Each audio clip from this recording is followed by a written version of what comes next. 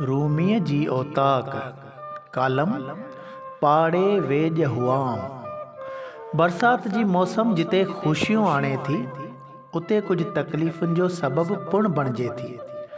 गर्मी ऐं load shedding जा मारियल वरी मच्छरनि जा खाधल नंढड़ा ॿारड़ा रस्तनि रोडनि ते ईअं निकिरियो पवनि था जीअं असांजा रौलाक जवानड़ा जवानीअ जा गीत झुंगारींदे राति जे वक़्तु होटलनि जा रुख कनि था। जीअं उन्हनि जवाननि लाइ लॉकडाउन ईअं वरी ॿारनि लाइ रस्तनि ते निकितल गटरनि जा पाणी पंहिंजी मौज मस्ती सां पलटा खायो निकिरनि।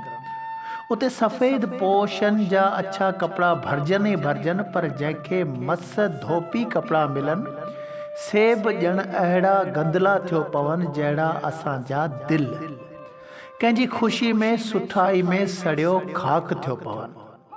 असल कंहिंखे ख़ुशि ॾिसणु बसि हसदी माण्हू लाइ मौत खां घटि नाहे। जीअं कंहिं वॾेरे जे पाड़े में कंहिं सुठी औताक ठाराई या का सवारी वरिती पोइ त बसि वॾेरो पियो ॻोल्हींदो वाटूं त इहो ख़ुशहाल थियो कीअं, ॼण गाॾी जा सभु टैक्स वॾेरो पाण पियो ॾे। बसि अहिड़ा माण्हू न ख़ुशियुनि में ख़ुशि न ग़मियुनि में ख़ुशि, बसि ऐब जोई खां वांदा ई न थिया। अॻे ईअं न हो, पाड़े जा चङा माण्हू छपर छांव जी सूरत हूंदा हुआ, ग़मियुनि ख़ुशियुनि में शिरकत जानी माली कंदा हुआ। हाणे त फ़क़ति मफ़ादनि वारनि खे कुल्हा ऐं तोहफ़ा, बाक़ी ॼण सॼो पाड़ो ई बरसात में गटर सां भरियल रस्तो रोड हुजे।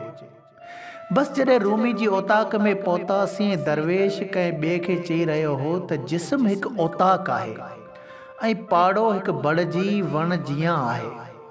जेकॾहिं उन बदन जी परवरिश शराफ़त सां थिए ऐं उन औतारे खे हलाइण वारे हिकु नफ़्स शैतान न हुजे, पर हिकु रूह रूहानियत जो हामिल हुजे। ही बदन मिट्टी आहे, मिट्टी 2 गज़ मिट्टी जो खाज थियणी आहे, पर रूह खे सभु हिसाब किताब ॾियणा पवंदा। पाड़ो राज सभु उज़वा अमानत आहिनि। चौकीदारी कबी चौकस थी, न त चोर चोरी करण जा ॾस सेखारींदा। ॾिसो, जेकॾहिं सहूलतूं सभु पाड़े में हुजनि त पोइ वॾनि माण्हुनि वांगुरु बीमारी जी हालत वरी पाण खे खणायो ॿाहिरि मुल्कनि ॾांहुं भॻा वञनि। पर जेकॾहिं अहिड़ियूं सहूलतूं पंहिंजनि ई मुल्कनि में कराए छॾीना त भॼ भॼा खां बची पवनि। जीअं वीचारा आफ़ीसर सॼी उमिरि पीअनि अवाम जो खून, जॾहिं सभु हथियार ख़तमु थियनि पोइ कनि इबादत गाहनि ॾांहुं रुख, ॼण फ़रिश्ता सिफ़त।